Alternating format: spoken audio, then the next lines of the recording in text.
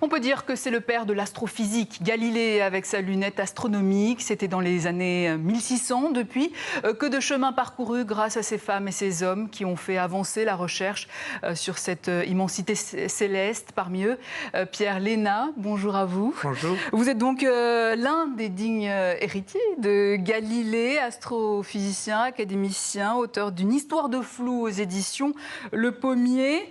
Alors la première image du trou noir a été photographiée le 10 avril dernier et on va bientôt pouvoir percer encore un peu plus ces trous noirs grâce au plus puissant radiotélescope de l'hémisphère nord qui se trouve en France, dans les Alpes, au pic de Bure. C'est une histoire de flou. C'est une histoire de flou. En fait, il y a eu 2 observations de ce trou noir qui est au centre de notre galaxie, une belle région de la Voie lactée que par les ciels d'été on voit très bien. Une observation faite avec des radiotélescopes, le pic de Bure en particulier, et puis des télescopes répandus à la surface du monde, en particulier au pôle sud même.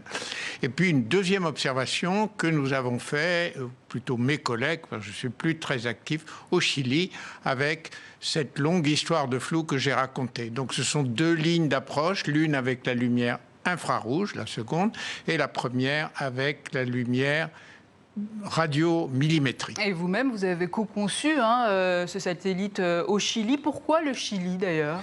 Oh, c'est très simple. D'abord, le centre de notre galaxie est à la verticale pendant les nuits de printemps, donc c'est commode à observer. Et puis ensuite, le ciel est extraordinairement pur dans le désert d'Atacama. C'est là où l'Europe a construit à la fois son observatoire optique, au Cerro Paranal, et le grand observatoire qui est mondial puisqu'il est européen, américano-japonais, à la frontière chiléno-bolivienne dans les Andes à 5000 mètres d'altitude. Donc des conditions extraordinaires dans des sites d'une beauté à couper le souffle, je vous l'assure. Et grâce à vous, grâce à la technologie, le flou est devenu moins flou. Alors expliquez-nous quand même qu'est-ce que les trous noirs, parce que tout le monde ne sait pas ce que c'est. Alors, dans le livre, je raconte en fait 2 aventures qui sont destinées à avoir des images dans lesquelles on voit des détails.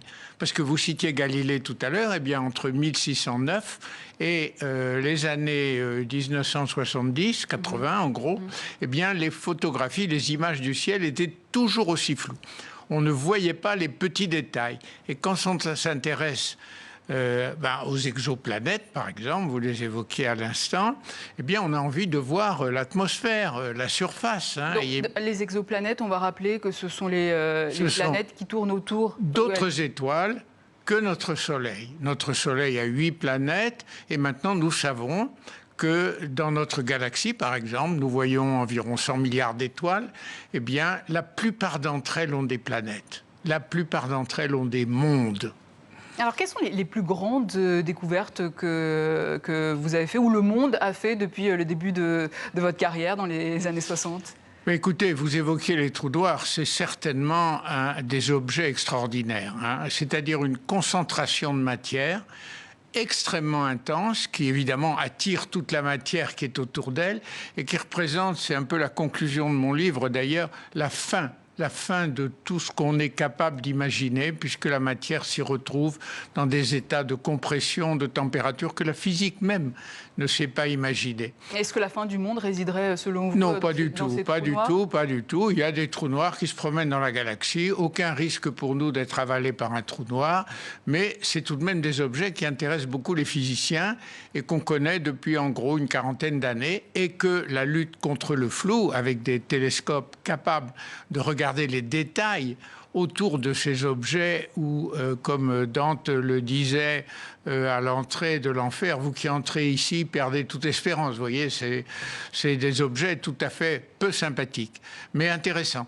Et puis à l'autre extrémité, bien les exoplanètes, où là naissent autour des étoiles des terres, des plus grosses terres, des plus petites terres. Et c'est vraiment, je crois, la plus belle découverte depuis maintenant 25 ans environ, que de savoir qu'il y a cette multitude d'objets qui nous font rêver et qui donnent aussi, je crois que vous allez voir des bandes dessinées, ben, il y a le, oui, dans la deuxième partie. il y a le côté de la réalité, celle que les astrophysiciens découvrent, et puis il y a le côté fiction. du rêve et de l'imagination, et ça c'est... Et les deux vivent ensemble. Alors justement, quand certains disent qu'ils ont vu dans le ciel des ovnis voler, quelle est votre lecture des choses en tant qu'astrophysicien? On ne va pas parler des ovnis, vous voyez, je crois qu'il y a tellement de choses vraies, démontrées, présentes dans le ciel, qu'on peut avoir des illusions, des choses que l'on croit avoir vues, mais il vaut mieux, enfin ma position personnelle, puisque vous la demandez, c'est que je préfère m'intéresser aux véritables objets, ceux que l'on connaît, qui sont pleins de mystères. Et du coup, les preuves de vie extraterrestre pour vous? Alors ça, c'est un grand sujet pour l'avenir. C'est que, je vous ai dit, 100 millions d'étoiles, probablement quelques millions de planètes, 100 milliards, pardon, 100 milliards d'étoiles dans notre galaxie et quelques milliards de galaxies. Donc, quelques probablement milliards de planètes ou de systèmes planétaires dans notre galaxie. C'est extraordinaire de penser ça. Qu'est-ce qui se passe à leur surface?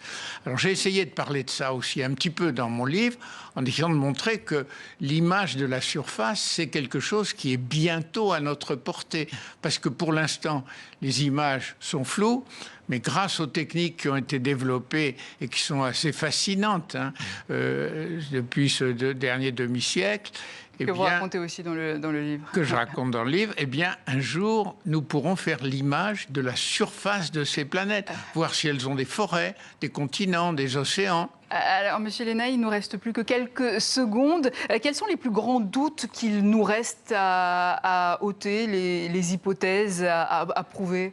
Eh bien, est-ce que la vie existe ailleurs? C'est une conviction de certains. Je la partage un peu, mais sans aucune preuve. Faudra-t-il 10 ans, 20 ans, un siècle, 10 siècles pour avoir la réponse? Nous ne savons pas. Pierre Léna, merci beaucoup, auteur d'Histoire de flou aux éditions Le Pommier. Merci d'être passé dans nos locaux de TV5 Monde.